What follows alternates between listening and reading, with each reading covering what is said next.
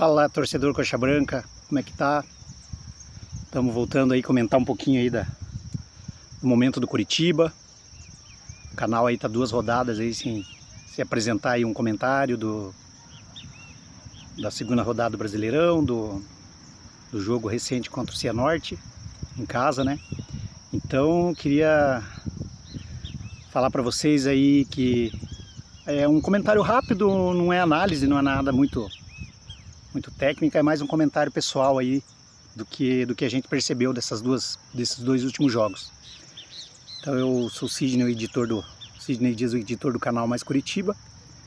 Eu gostaria de uma força do pessoal e da torcida aí, compartilhar o vídeo, de se inscrever no canal, vamos dar o like. Tudo isso ajuda aí a gente ir desenvolvendo melhor conteúdo e falando mais do Curitiba, que a intenção do canal é falar do time e do momento. Em relação ao jogo do Cruzeiro, que realmente foi sensacional aí o resultado e o que o time apresentou em campo, principalmente, surpreendeu muito bem toda a torcida, toda a crônica, jornalistas aí que decretavam a derrota do Curitiba com uma certa razão comparado ao porte de investimento dos dois clubes, né? O Cruzeiro simplesmente é o segundo ou terceiro maior orçamento do Brasil, visto aí as novas investidas aí no Gerson e tal, e o próprio elenco dele segurando lá o atacante também, Caio Jorge. E a gente não questiona essa questão aí do favoritismo do Cruzeiro. Acontece que o Seabra foi muito corajoso, todo mundo falou isso em todas as análises aí, toda a torcida. Como impressionou foi a maneira como o Seabra foi corajoso nesse jogo. A coragem dele de ter um desfalque como o Josué, que é o nosso camisa 10, e entrar em campo com um sistema de jogo, propondo o jogo e encarando o Cruzeiro dentro do Mineirão. E não só encarando, né? Com coragem. Que nós vamos até falar um pouco no vídeo sobre essa palavra coragem. 4 atacantes ali que todos nós percebemos ali como foi o sistema de jogo. O Curitiba no primeiro tempo ali, até uns 20, 30 minutos, obviamente sofreu com a pressão do Cruzeiro. O Cruzeiro meio que no início de crise, saímos perdendo. O que mais impressiona é o fato do nosso time sair atrás no placar e o equilíbrio do time de saber ler o jogo e continuar jogando. O Seabra falou isso também na entrevista pós-jogo, como os jogadores estavam consistentes e conscientes do que tinha que fazer em campo. E deu no que deu, né? A gente não vai ficar detalhando mais nada, número, porque isso aí já é fato para todos, né? Volume de jogo e tal. O Cruzeiro tentou de todas as maneiras ali, mas o Curitiba soube se postar em campo e soube jogar. E teve o mérito de bons jogadores em campo, né? O Lavega jogou muita bola. O Breno Lopes entrou muito bem. A nossa zaga muito segura com o Maicon. Nosso time. E o Ronier passeando praticamente em campo, né? O menino joga demais, né? O Ronier não é surpresa para nossa torcida, mas para muita gente aí. Não conhecia o Ronier, não conhecia o Morisco. Para nós não é novidade o que eles têm de bola, né? Então o Curitiba surpreendeu o Cruzeiro com méritos, né? Jogando bola. Não foi um time... Ele foi um time de transição, não foi um time retranqueiro, né? Um time que organizou o jogo para sair em velocidade, para sair com técnica, para sair com objetividade em gol. E o que mais eu achei legal é como esse time não sente. Em outros anos aí, recentes, ano passado, ano retrasado, o Curitiba levava um gol contra o adversário, não importava o tamanho do adversário. O time perdia o rumo, perdia a noção e desandava, né? Não sabia o que fazer em campo. Esse time desse ano, a gente não pode decretar nada do que vai acontecer. Mas uma coisa é fato, o time é muito experiente, time de jogadores cascudos, jogadores com bagagem vencedora.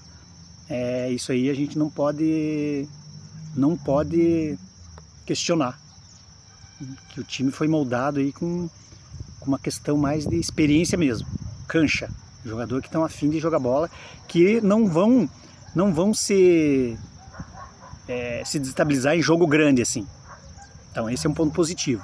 O segundo ponto positivo desse jogo, que nós temos um treinador corajoso, que tem alternativa de jogo, que também preza por um sistema defensivo compacto e eficiente, mas também que sai para o jogo quando precisa e de maneira organizada. Então o Seabra, em menos de um mês de trabalho, aí a gente já está vendo o time entrando em, como é que se diz,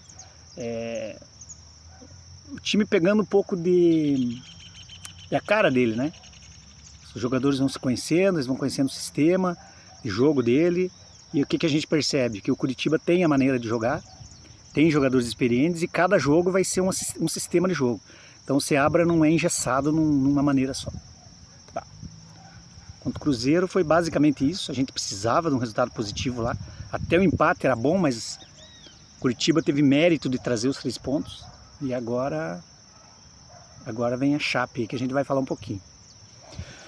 Bom, no Paranaense contra o Cianorte, eu acabei que eu não consegui no jogo, mas pela televisão deu para ter uma noção ali que o time misto nosso, né, praticamente, não é um time titular, mas é um time com vários ali jogadores que devem ser titulares ou entrar no decorrer dos jogos, né. Também foi um jogo controlado, um jogo de volume do nosso time, um jogo que a gente teve aí umas surpresas aí de jogadores aí que se destacaram, né? O Alisson entrou bem, o Ronier talvez um dos melhores em campo. Foi um jogo tranquilo também, um jogo que o Curitiba precisava vencer em casa, porque devia a torcida aí quase 4 meses, se eu não estou enganado, com várias situações aí que ou era empate, ou teve uma derrota, mas não conseguia vencer dentro do Couto Pereira ao lado da torcida. E o Curitiba soube jogar, o time do Cianorte, por mais que não seja um time de primeira linha, um time bem organizado, um time físico, um time marca forte, um time que irritava, né, os nossos jogadores aí. Tanto que o melhor em campo aí para mim foi o Josué, né? O Josué começou meio sonolento, mas conseguiu ali 2 passes espetaculares. Um que foi o pênalti, né? Mérito todo dele, de visão de jogo. E o menino ali, o Lovinho, conseguiu um pênalti que o Josué, infelizmente, foi muito confiante, bateu muito bem, mas é coisa do futebol, ele errou o pênalti. E aí, em seguida, se fosse um jogador comum, teria baixado a cabeça, teria se escondido do jogo. Não, ele achou mais um passe ali, furando as linhas ali. Ele deu uma tacada de sinuca ali que o Fabinho entrou muito bem, com calma. Fabinho também foi muito bem no gol. O Enzo, Wagner e o Fabinho foram boas surpresas nesse jogo aí. E daí a gente teve os laterais, né, que também jogaram bem, não comprometeram. Felipe Guimarães e o nosso lateral, fugiu o nome dele agora, o lateral também, as dois laterais não comprometeram, né. E o time não deu susto para a torcida, né. E aí no segundo tempo o Josué ainda faz o gol dele, que na verdade aquele gol tinha tudo para ser do Enzo, né, que deu azar ali na finalização. O Curitiba com uma pressão em cima ali, o Josué, que já merecia, fez o gol dele e foi melhor em campo. O Paranaense eu estou falando pouco aí nos comentários, porque na minha visão o nosso campeonato começa agora. Quadrangular final aí, vamos pegar o Operário, primeiro jogo lá em Ponta Grossa, e o segundo definindo aqui semana que vem aqui em Curitiba. que nunca é um jogo fácil. O Operário gosta de incomodar, gosta de dar trabalho para Curitiba, né? Mas eu acho que até o nosso time misto consegue classificação para a final. Não desmerecendo o Operário, mas a gente não vai precisar ir com carga máxima aí. Nossa prioridade agora é, a próxima rodada é a Chape, no Brasileirão, terceira rodada. E semana que vem o São Paulo, em casa. A Chape tá um debate com os colegas e com os amigos em relação de como jogar contra a Chape, com qual escalação. Se usa o sistema que jogou contra o Cruzeiro, que foi muito bem sucedido, só que a gente tem que pensar que o Cruzeiro ele estava jogando uma abafa, atacando muito Curitiba.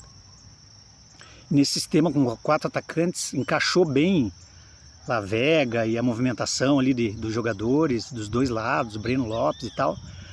É um típico jogo que o Josué acabou que não fez falta por causa do sistema de jogo do Seabra. Só que contra a Chape joga também no contragolpe. O sistema de jogo deles é em velocidade no contra-ataque.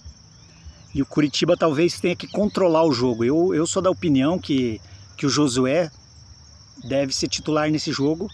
E aí o duro é ver quem sai no ataque ali para entrar o Josué. Mas eu entraria com o Josué porque na casa do adversário, na pressão, ele pode cadenciar mais o jogo, reter a bola, tocar, controlar. Um jogo de controle, não um jogo de velocidade, né?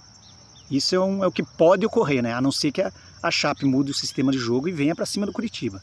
Aí nós teríamos que jogar em velocidade, com Pedro Rocha e companhia, nosso ataque ali, buscando o primeiro gol. Mas eu tenho a impressão que nós vamos ter que jogar mais seguro contra a Chape, controlando o jogo, porque eles não vão vir com tudo para cima do Curitiba. O sistema deles é também de contragolpe, de transição. O Curitiba pode empatar lá, que é um bom resultado, mas eu vou ter que falar que se for uma vitória é excelente.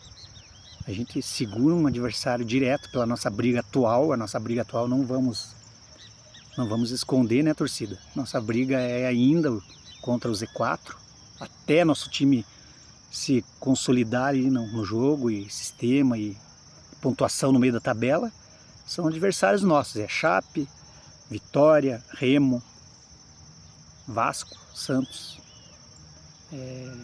Esse é o nosso campeonato. Então, por enquanto, ali pela 8ª, 10ª rodada, a gente vai entender o que a gente vai brigar nesse primeiro turno. Certo?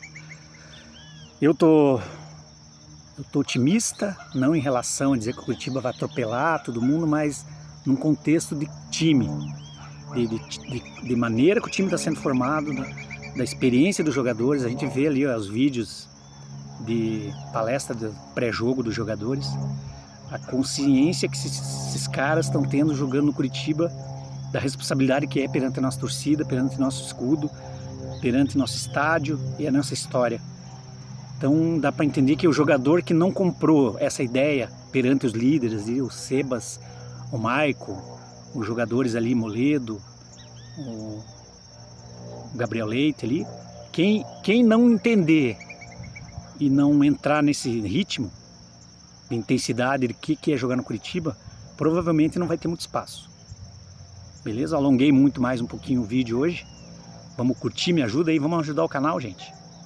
Compartilhar o vídeo, se inscrever no canal, dar o like, a gente começar a ter mais conteúdo aí. Eu quero começar a fazer mais vídeos ali dentro do Couto Pereira, pré-jogo, pós-jogo, né?